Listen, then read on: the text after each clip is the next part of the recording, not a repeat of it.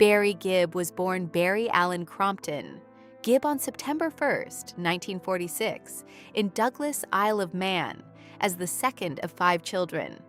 Growing up in a household where music was integral, Barry's natural talent for melody and songwriting quickly became evident. By his teenage years, he was already building the foundation for what would later become the Bee Gees.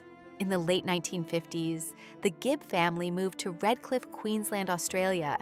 It was there that Barry and his brothers, Robin and Morris, began to perform locally, refining the vocal harmonies that would define their sound. Barry's leadership in the group became apparent early on. Not only was he the lead vocalist, but he also contributed much of the group's songwriting, which played a significant role in their rise to fame. His voice, particularly his falsetto, would soon become iconic, rise to fame with the Bee Gees. In the 1960s, the Bee Gees returned to England, where they achieved international recognition. Barry's songwriting prowess was on full display, with hits like New York mining disaster 1941, To Love Somebody, and Massachusetts, which solidified their place in the world of music. These songs displayed Barry's gift for blending emotional depth with universal appeal. As the 1970s ushered in the rise of disco, Barry and the Bee Gees reinvented themselves, and their falsetto-driven sound became the soundtrack to the era. Songs like Stayin' Alive, Night Fever, and How Deep Is Your Love defined a generation and cemented the Bee Gees as cultural icons. The Saturday Night Fever soundtrack, which featured Barry's unmistakable vocals, sold millions of copies and earned numerous Grammy Awards, making the Bee Gees synonymous with disco. A shift in music and personal life. In 2001, the Bee Gees released their final studio album, Islands in the Stream, marking the end of an era for the group. Despite this, Barry continued to collaborate with other legends in music. His 2002 collaboration with Michael Jackson on All in Your Name was a testament to their shared passion for creating music that promoted love and unity. It was a historic partnership that highlighted Barry's enduring relevance in the music industry. As the years progressed, Barry shifted toward more intimate projects, showcasing a different side of his artistry.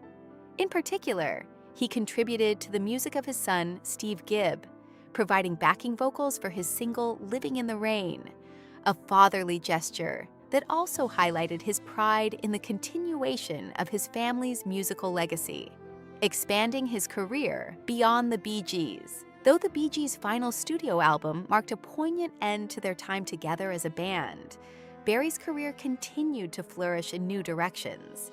In 2007, he served as a judge on American Idol, where his warm, encouraging demeanor inspired aspiring singers. He brought not only credibility, but a wealth of musical knowledge to the show, acting as a mentor to young artists. Barry's role on American Idol introduced him to a whole new generation of fans, allowing them to connect with the man behind the legendary Bee Gees hits. In addition to his work on television, Barry's songwriting and production abilities continued to shine through his collaborations with artists like Barbra Streisand, Dolly Parton, and Diana Ross. His versatility as a songwriter spanned genres and showcased his creative range, making him a revered figure in music. Barry Gibb's connection to Roy Orbison. For decades, Barry Gibb has carried the weight of the Bee Gees' musical legacy while maintaining deep friendships with other legendary artists. Among these icons was Roy Orbison, whose haunting voice and presence made him one of the most influential figures in rock and roll.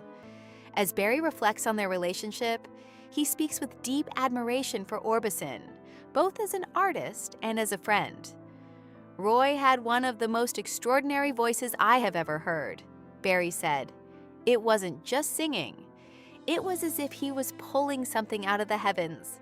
Songs like Crying and Only the Lonely left a lasting impression on Barry, who was deeply moved by Orbison's ability to express raw emotion through his music. For Barry, Roy's voice was not just powerful. It was a personal connection that resonated deeply within him. The first meeting with Roy Orbison. Barry vividly recalls the first time he met Roy Orbison in person. "Roy was very quiet off stage," Barry said. He wasn't one of those larger-than-life personalities when the lights were off. He was gentle, polite, and even shy. However, when Roy stepped up to the microphone, Barry witnessed a transformation. He was a giant, Barry recalled. It was like watching a complete change, and I was always amazed by that.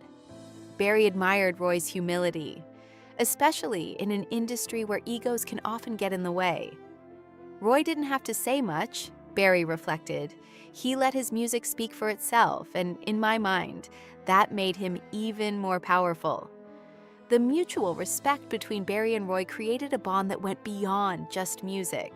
It was a friendship built on shared values of artistry and honesty, Roy Orbison's comeback and lasting influence.